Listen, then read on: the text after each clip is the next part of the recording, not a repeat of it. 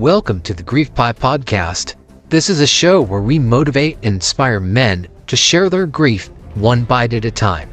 Thanks for tuning in and adding your voice and stories so that we can all heal and find joy together. Now please welcome your hosts, Gary Scott and James Rafter.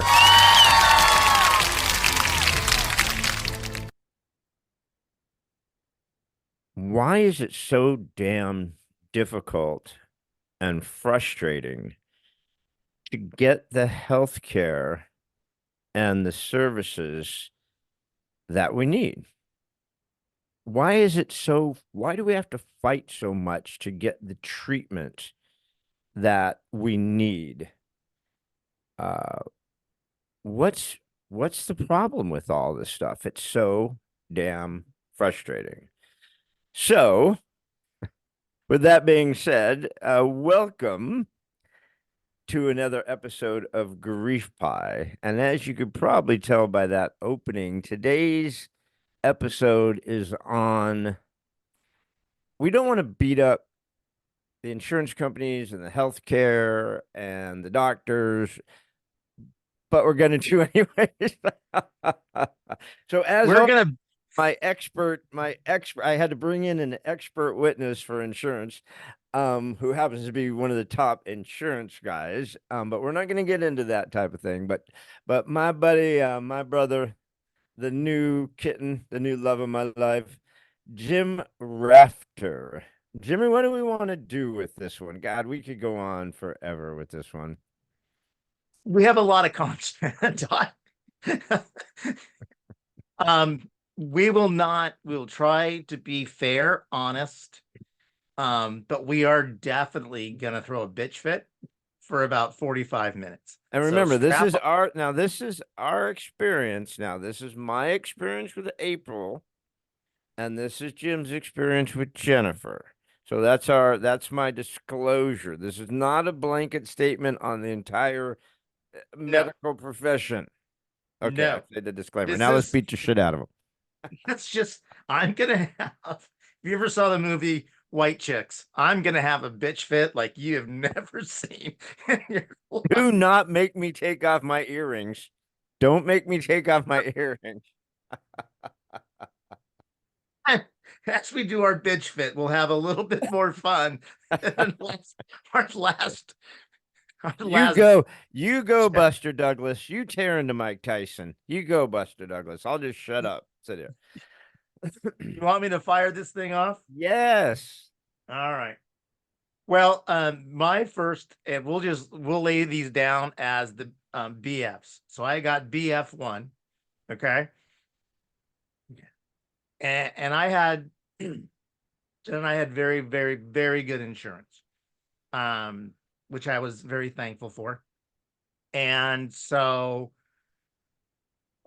it wasn't so much, a coverage issue. It was an issue with the suits, right? All the people that are in charge of picking and choosing when you get a treatment, how you get a treatment, what qualifies as a treatment, the list of requirements. So BF1 is after Jen was had her first episode in 2013, right? They found, a prolapsed polyp, came out, she got surgery right away, removed it, all good stuff. Biopsied it, did all, had a great surgeon. They just happened to be on duty that night that, did the work. Loved Dr. Barnes. Love him to death. Jen loved him. The problem is you get to the suits, right? And now it's like, okay, well, it's only stage one. If I hear anyone ever tell me again, it's only stage one, I may slice it in half. I just don't know what I'm going to do. So they didn't do any chemo. They didn't authorize any radiation. There was no need for radiation, they said. There was no, and Jen probably wouldn't have wanted to do chemo anyway, but that's beside the point. At least they could have offered it.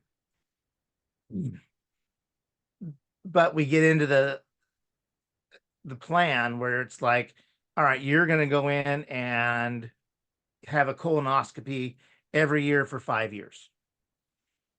And once you're cleared and we know there's no more growth, then we'll clear you from of cancer. You're good, right? So she did it. She hated it. Do you want a colonoscopy every year? No. Trying to get Jen to drink the juice. Maybe if you'll put a little Crown Royal in it. I tried everything, man. It was 8 hours of come on. Just drink the shit. Went down. She's doing all kind of holding her nose and stuff. So we did that. So Jen went through what they told her to do, 5 years of colonoscopies, and they cleared her every year. And then when she got to the point where she was still feeling sick, and when she was complaining to her primary care physician, he couldn't get another colonoscopy. The HMO said, no, you cleared 5 years. We're not saying yes to another one. And we're like, say what? And they're like, no, change your diet, work on your diet, lifestyle change, all kind of, blah, blah, blah, bureaucratic crap. Right. And then it took us so October, 5 months, 6 months before they finally authorized a CT scan. And that's when, they found the tumor. But it's just so frustrating that the suits, the bureaucrats have this list, right? And they have to go by this list instead of, I want to go to Doc Jenkins on the lake in the Ozarks and have him, tell me tell me I'm sick or not. I don't want these bureaucrats with their list telling me, no, you're not sick. Change your lifestyle. Stupid. Well, let What me about tell you? you. Let me tell you how frustrating I was. I'm just going to open with this, right? The doctors have been pushing for a test they thought would be very beneficial for April. No, no, no, no. Trying. No response, no response, no response. 6 months after she had been passed, 6 months after she freaking died, I get a letter. Dear Mr. Scott, we do not think April needs this treatment, so we're going to decline this treatment. So I sent it back. Dear asshole cocksucker piece of shit. On Obama's death panel. I forward the letter to April, who died because you assholes probably didn't allow a treatment that might have saved her or prolonged her. So don't bother. Kiss my ass. I mean, 6 months after she had died, I get a letter that said they've declined the treatment. I mean, and this is what we dealt with the whole time. It's like you said, how much does it cost for a doctor to stick his tube up your ass and take a picture of it, right?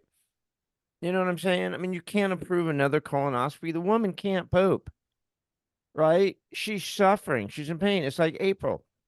For 8 months after her surgery, she is in constant pain where she's buckled over. She's going to the hospital. The ambulance drivers know her by first fucking name. They know our address, right? She's obviously in pain. This is not in her head, you asshole psychiatrist, or I should mention your name. So wouldn't you think it's logical to scope someone's stomach whose stomach is killing them, who had a surgery to repair a blown out stomach? And they kept fighting that they can't get approved to scope her fucking stomach. How stupid is that? Dude, you just operated on her stomach in December. You know she blew out a hole in her stomach. That's where the pain is. Don't you think you should go look there? It's First place, just incredible. first place you should start, right? That's Yeah.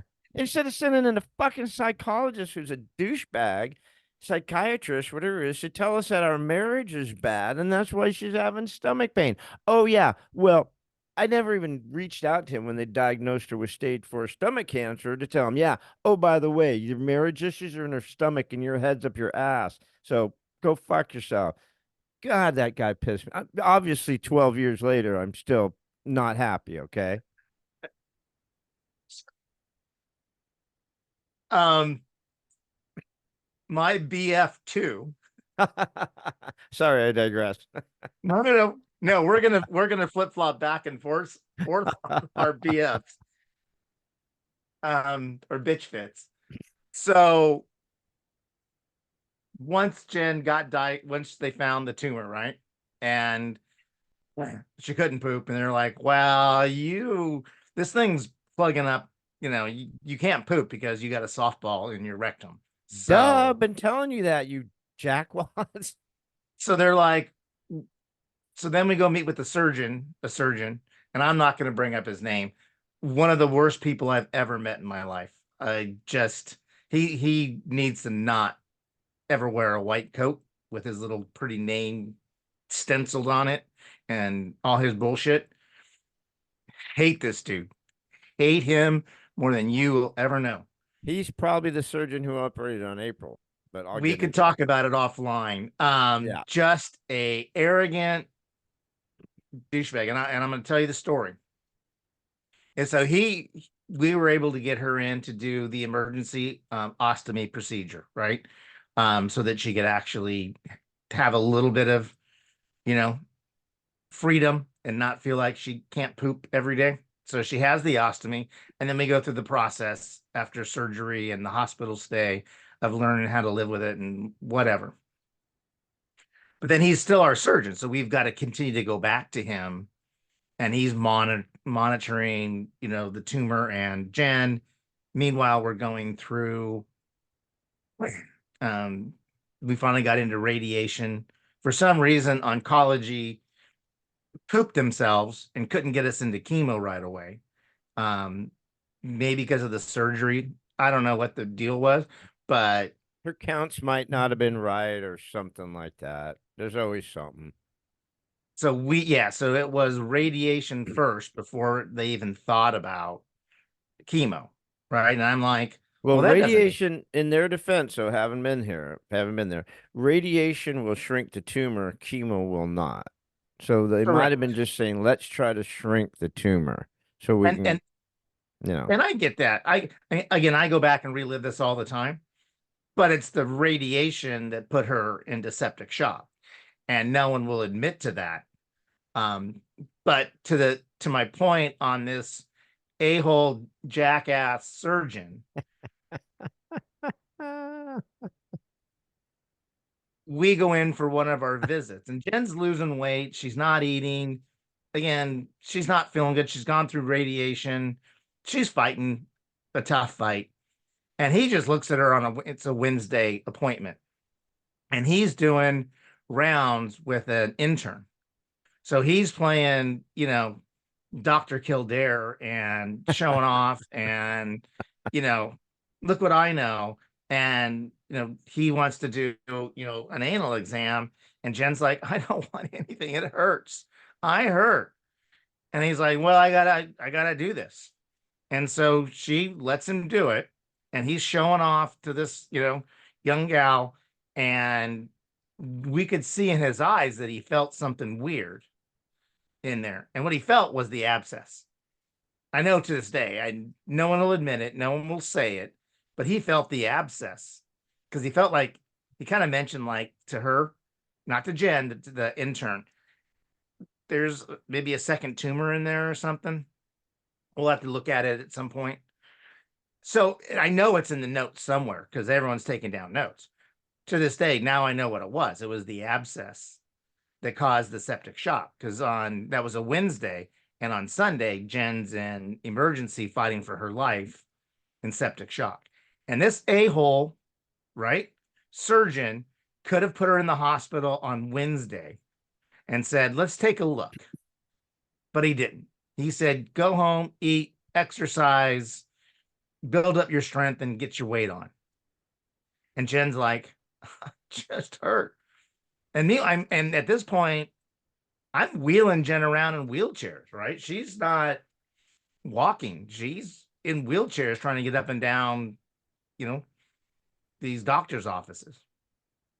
To this day, if I ever see that dude in the street, whoosh, we gonna have a problem. He might beat Niner, and we're not talking about the 49er football team. Is Jen all I'm hated saying. him. Oh my God. Once Yeah, I Jen, wonder, I'm dying to know if it's the same dude we had. Oh man, but I'm not gonna mention any names. I'm not gonna get, not right 'cause now. I don't want to Talk go there offline. We'll talk offline. because we will be E. Carrolled and get a massive defamation suit of 83.3 million if we I don't care. dare defame because surgeons are God. Yeah, Um, no. Now, again, this is not a blanket endorsement or negative thing. What's the word I'm like? No, we're going through a bitch fit. Oh, right. And I'm only on 2. But you have to understand, guys, and I know anyone who's been through this with the healthcare system, especially in the communist state of California, that it is wicked bad. I mean, what I want to know is if you have gone through 9,000 years of school, you spent $1 billion on student loans, you are supposed to be a medical professional. They send you to the experts, right? You're not even just a regular doctor. You're like a superior dude, oncologist, or whatever you are, right? You're a specialist, right? If you're that dude and you think a procedure should be done or something needs to be done to help your patient, why the fuck do you have to contact the insurance company to approve it and go to Obama's death panels? Listen, he's the expert and he thinks we need it. He's not trying to pad the dole, okay? We've already spent $75 million on this cancer that she has, right? I mean, cancer is so expensive. It's unbelievable how expensive it is, right? So I don't want to get in either one of his personal finances about it, but it's painful. It's expensive. So, but what I'm saying is, if the doctor says you need it, why doesn't it just get done? That is such a great point. First one will come up 100%. So BF3. So it's What is, I've already lost, I already forgot what BF means. bitch fit. Again, this is the white chicks reference. Oh, The bitch fit. Okay, you're gonna have to keep up, man. I'm slow. I, I'm slow. I, I'm I slow. can't do crayons and a whiteboard. So, You usually do. I just haven't had enough of my green tea yet. So let me have some more. Hold on. Okay, go ahead. Number 3. Please proceed with number 3. so Trace. it's 2021, late 2021. We're back at UCSD. We've gone through, chemo rounds. Luckily, and I will tell you this, the chemo rounds did stop the spread. So Jen did at one point have liver and lung mets. But the chemo did stop the spread.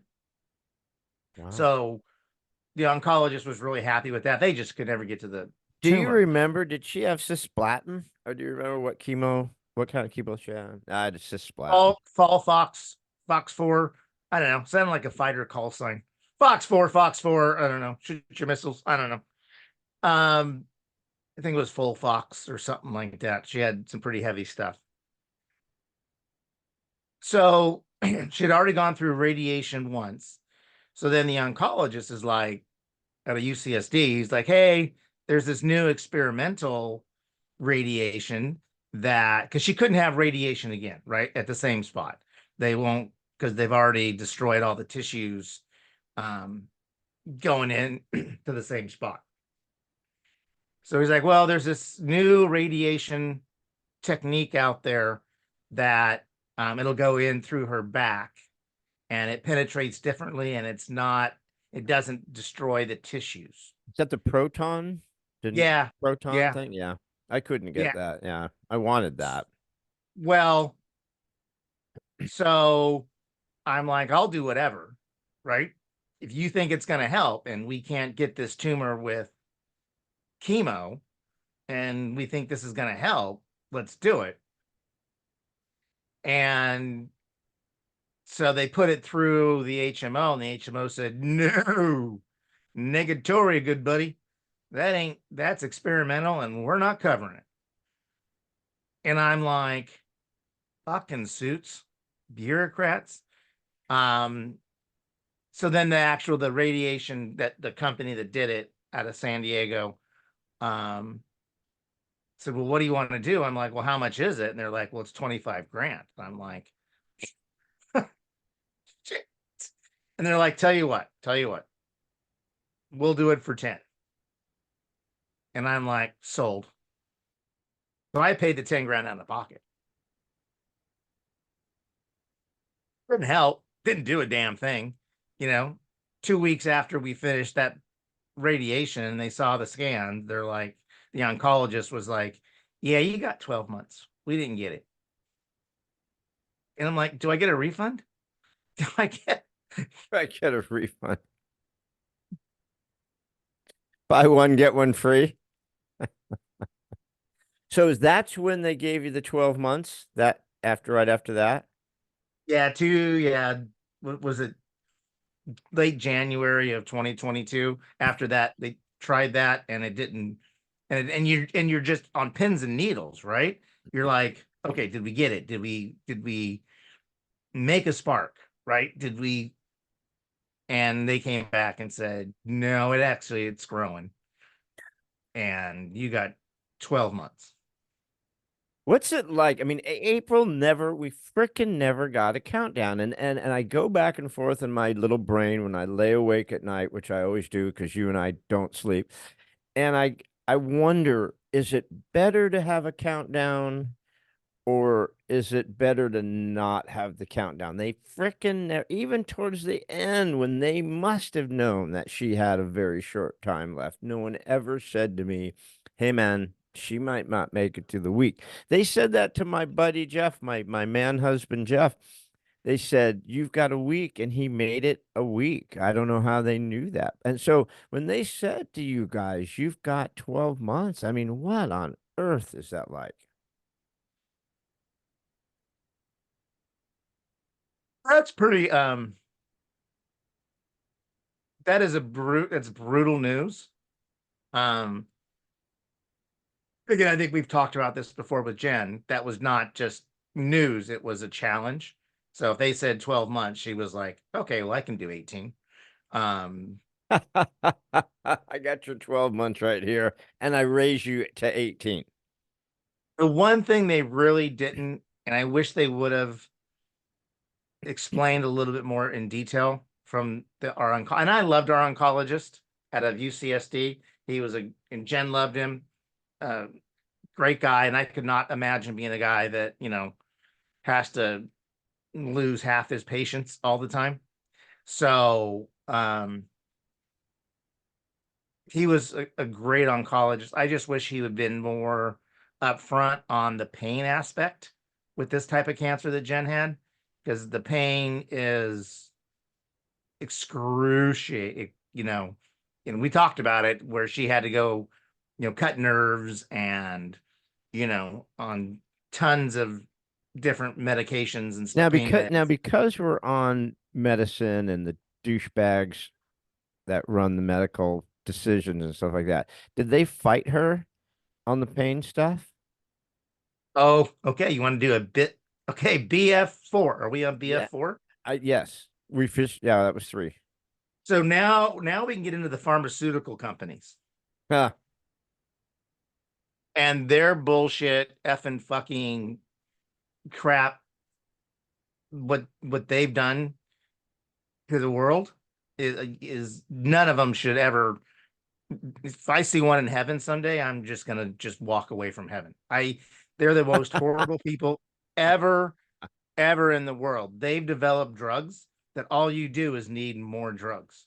it's they built it in. And what was the movie with or the show? What was a movie just came out a few years ago on Netflix? Oh, we watched it about the OxyContin thing. Yeah, It was but really it's good. totally, yeah, with Michael Keaton, totally true, right? Yeah. Is once you're on it, and I saw Jen go through this, right? You'll never stop. I mean, they were sending in hot chicks in skimpy little outfits to go blow doctors to get them to keep just prescribing this shit. It's like the more the doctor prescribes, you get trips to Hawaii, you get a car paid for. They didn't give a shit. But I mean, but in April's case though, and I know in Jen's case, they were in seriously massive pain. I mean, it wasn't like you scratch your knee and you go get 150 Oxycontins. I mean, I know for April, when they first prescribed her, and I went and picked it up, and it was 360 oxys. And I'm like, holy shit, this is worth a fortune on the street. Sorry, you're gonna have to suffer. Um, no, but she was literally gutting. She got up to she was taking 10 a day, and it's like, take one every 6 hours is needed for pain. She's Right? like, oh, hell no. Because And I mean, the type of cancer she had was so painful, and I know the one that Jen had was twice as painful.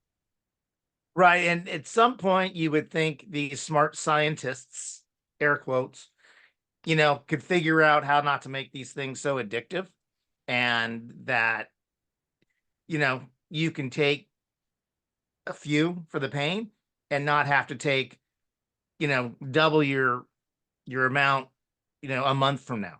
And that's what happened with Jen, right? Is every month she's taking an more and more and more because she's builds up the tolerance or whatever, because they've made these things so addictive and so ineffective. And then we go from morphine to fentanyl. By the end of the day, we were better off with the cannabis, um, and on anything else towards the end. Um, but it just builds and builds, and you never get out of it. And so, again, I was blessed, is our healthcare had very good coverage. So, it wasn't like I'm doubling my pill payments every month, right? I'm meeting my copays and all that kind of crap, and then they're just doubling down every month on another um, dosage, and you're like, this makes no sense. It makes no sense. What was the procedure again that she had? She was in so much pain they had to cut her nerves or something. What was that? Yeah, so in April of 2022, she was just finally getting to a point where they had to do pain, what they call pain management. So the morphine wasn't working anymore. So she went into the hospital, and that's when they went through all the different types of things. They changed her up to fentanyl, and then we talked about. I had read about it, where they could cut a couple of nerves, and then that would release, stop where she would feel the pain. Um, and then that helped because that got us to another few months where she got to go to San Antonio and travel a little bit. Again, it wasn't perfect. She wasn't, dancing on the tables or anything, but she was able to take a train ride to San Antonio, um, see But the Riverwalk. how crazy. I never even heard of that. I mean, how dramatic or invasive or whatever the word I'm looking for. I'm not a smart wordsmith. But I mean, you got to be pretty deep in pain for them to start cutting your nerves, right? I mean, I never even heard of that until you had mentioned that, and I've known a lot of people in some serious pain. That's it's pretty radical stuff, man. Yeah, and that's where I get back to. I just wish the oncologist back in February or March had said, "Hey, the pain's going to get really, really bad, and we need to talk about things we can do." Um, but no, she was 4 weeks. She was in the hospital for 4 weeks. So she couldn't I mean, it took her quite a bit, and I don't think she really ever walked well again because they cut the nerves, so she was wobbly. So um she was pretty much wheelchair bound at that time. How much time did she spend in the hospital? My God, in those 2 years, I mean, just like oodles of time, right? She was stuck in the hospital. Probably at least 6, 8 months total time in the hospital. Wow, And that's a that's lot of horrific. time. That's a lot of time in a hospital bed. Well, plus it was during COVID, right? So shit. I mean, you can't even really have visitors and all that crap. Yeah, it was really hard. Everyone that came to help, and again, because I couldn't stay there 24/7, right? I still had to work and do stuff. Luckily we took the first little jab and we didn't have to like take any other jabs. Um, and so we had a little hospital passport to get in and out, which was totally stupid. Um, but yeah, everyone that would come and help and do a night over and sit with her and stuff had to go through just a brutal process of getting into the hospital. It was just so Oh, stupid. I know. Elisa's mom was in the hospital just repeatedly the first 2 years we were together. It was wicked freaking bad. It's like, damn it, Barbara, stop fucking falling down and busting something up. I mean, geez, this is driving us nuts, right? Um, but neither one of us got the name that should not be mentioned, Dr. Fauci juice. And so just to go see your mom in the hospital, which you want to go see her, she's lonely and no one else can go. You had to run down, get a quick nose swab, shove shit up your face, throw it in, get it tested real quick, get the results. Results are only good for a short time. Run to the hospital, go see her, and if you want to come back the next day and see her again, you got to go get another test, right? It's like this is bullshit. It was ridiculous. I mean, I can't even tell you how many cotton swabs I've had up my nose during that time. It was insanity, right? So I can't even imagine poor Jen, having to be there with all the extra protocol and shit they had to do. Um, I remember when we were going to the hospital on a regular basis, right? And it was like they were mad at us, right? There's nothing wrong with her. Why do you keep bringing her back here? I'm like, dude, she's laying on the floor, withering in pain in the fetal position, moaning in pain. I mean, do you think she's making this shit up? You think we get off on hanging out in your hospital? You think we get off? I mean, a lot of chicks are into paramedics. I mean, they're hot. We dig a guy in uniform, but I mean, really, do we want to see the fucking paramedic at our house? Every couple of weeks to take her to emergency. This is ridiculous. There's obviously something wrong. Why are you people being such assholes? It's like, God, and they just fought and fought. It just didn't make any sense to us. It's like the most logical thing on the planet you won't do. I don't understand. And they never even gave us that option. They never said, hey, if you just want to pay for it out of pocket, we'll just go ahead and do it. We would have just paid for it out of pocket. They just flat out said she doesn't need to have a stomach scope. I'm like, why That's ridiculous. not? That's where the pain is. That's where the hole was. Can you Look imagine at it it. took 8 months for them to just go, all right, fuck it. Just so you'll shut up and get rid of all these Colombians out of the hospital. We'll scope her damn stomach. Right. And oh, guess what? Guess what we found when we did? Stage 4 fucking stomach cancer. It's like, it just drove me nuts. And then we would, so I would talk to these insurance people, right? And I go, you know what? I have the solution to saving you guys millions of dollars so that you can invest that money into actually helping people instead of denying coverage. If you don't mail 9,000 pages of bullshit every time we go in, I put together the binder, right? I go, well, I should start keeping track of all this shit like I do with me. I had binders and binders full. And I don't know if anyone's done Kaiser, who is phenomenal insurance. I'm not dogging Kaiser; they're phenomenal, but they send me with my procedures, right? 1 page of my shit of what happened, what I was there for, right? 1 page. 6 pages of other languages that they have to Yeah. disclose in California. 6 pages. I didn't even know that many languages. I'm like, why do you have to waste these pages? So I'm like, can't you just email me this shit? Or can I sign something that I've said I've seen these disclosures of 900 different languages? I mean, it's just the waste in the medical profession, right? And the waste in the insurance and where they put their priorities is so insane, right? It's like that machine has been paid for 10 years. It's already free and clear, right? I know it probably costs you $1 million, okay, when you got it. But the fact that it costs $25,000 every time you do a treatment, come on, man. Oh, I agree. The bureaucracy in the healthcare industry is absolutely out of control. It's almost, I mean, as bad as the US government. I mean, No. they're like neck and neck on who's the worst. Woo, But boy, man, the U.S. government is so bad, and it'd be great if we had any leadership at all, but we don't. I digress. But you know what I mean, man. Think how many frustrated people. I mean, everyone I talk to.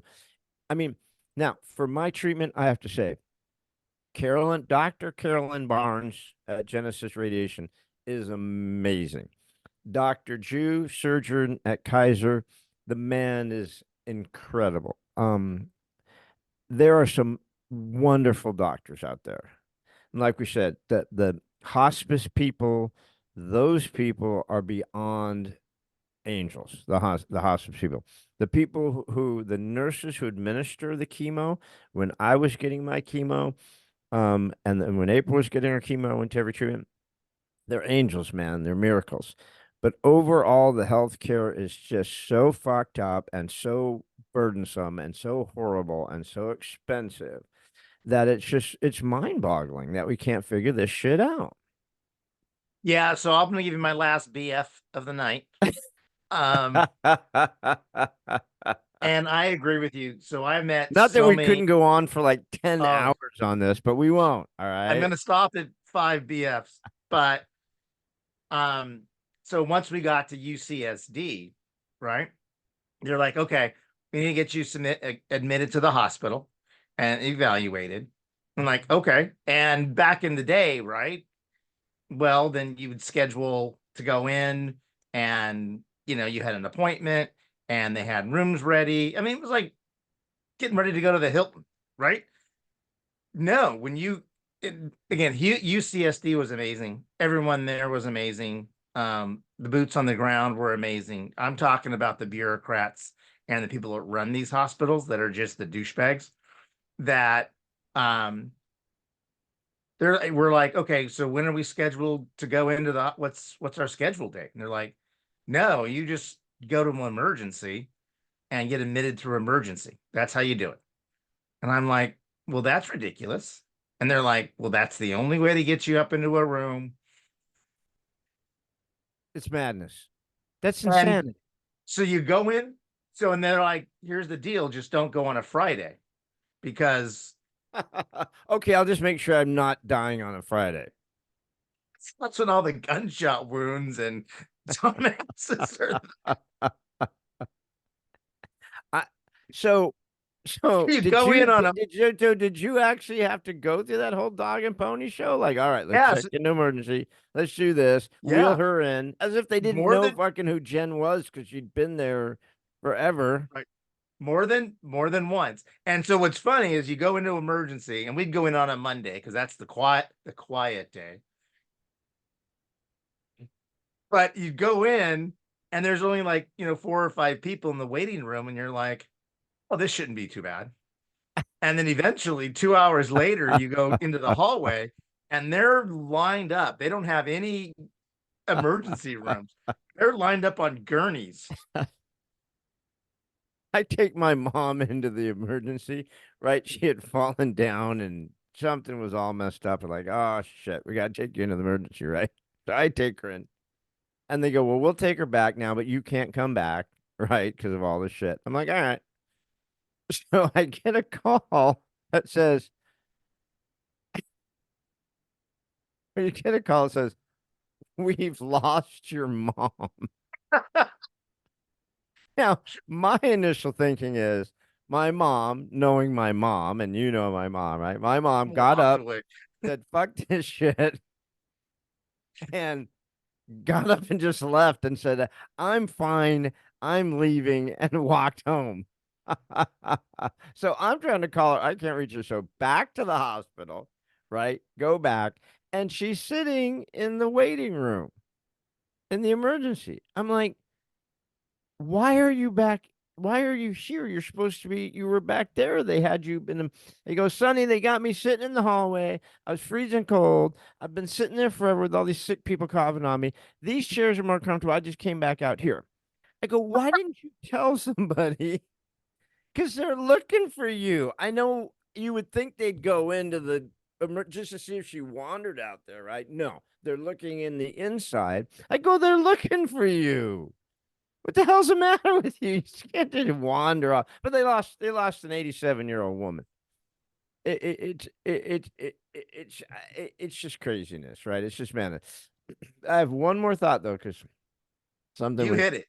coming to my cabeza, and I'm sorry to bring this up again, but it's just something that has just stuck with me. It just has stuck with me. No one knows when you're going to die. Somehow they knew when Jeff was going to die, unless he just said, well, they said I'm going to die in a week, so they'll keep shoving morphine up my ass, or I'll be shoving morphine up his ass until he dies, right? No one said when April was going to die. They gave Jen 12 months. How long did Jen last after she got the 12-month diagnosis? So she got the diagnosis late January, so 9 months, September. So she made it 9 months, not even 12 months. Yeah. Yeah. See, that's the thing. You know, when they give you that, like I said, that's why I don't know whether it's better to get it or not get it, the countdown. When they give you that, I just almost wonder, and I know you guys are fighters, and I know Jen's a fighter, and I know you are a person of faith, much deeper than anything I've ever had. I mean, you're a practicing Catholic and you have a strong faith. So when you get that, is there any sense of going, fuck all this shit. I'm not dealing with this medicine. I'm not dealing with all this crap. I'm not dealing with any more of this jabs and stress. I'm going to leave. I'm going to go spend that 12 months on the beach in Jamaica drinking foo-foo drinks and saying, fuck you guys. Jen wasn't in that place because she was so beat up anyway, right? She had so many other issues, so she couldn't just take off. We had actually been, and I'll make this really quick. We had actually been at my stepmom's condo in PGA West when we got that call. Mhm. And once that happened, then she called her best girlfriend and a good friend of mine, married to a good friend of mine, and they came down immediately for the weekend. And we hung out for the whole weekend and just did, golf cart rides at night. And we just had as much fun as we could. Mimosas at the club in the morning, just as much fun as you could for 4 or 5 days or whatever before we decided that we had to go figure out reality and then what were the next steps. So we kind of went that direction where we just try to have as much fun with some really, really good friends. So All right. Well, we again, disclosure time. This is not to beat up all medical professionals. We understand it's a very, very, very difficult profession. For the most part, you people in the medical profession, Nurse Deb, who I'd love to get a sponge bash from. Sorry, John. do an amazing job. We love all of the doctors and the nurses and the hospice and the healthcare and the chemo people. You do an amazing job. It's like anything else. I'm a horrible realtor. Jim's a horrible insurance guy, but there's good ones out there. And so we don't want to throw everyone in the bus, right, Jim? This was just our frustration issue because we had so many challenges and it was so frustrating and it's so close to home and it's just so raw with how tough it is. So that I'm signing off with that is we love you all. We're not throwing you all under the bus. We just had to get it off. Only 5 BFs. Was it Only 5? 5. That's not 5 bad. BFs. I kept it at 5. Considering And what you went through, that's not It bad. was mostly suits and just one bad doctor. Yeah, who we will not mention. I wish I could.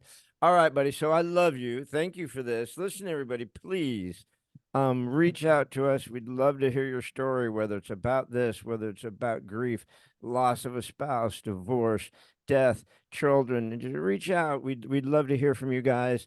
Please like this, share this, give us good comments, bad comments, whatever it is. We'd love to get you guys involved. So Gemma, anything last famous last words?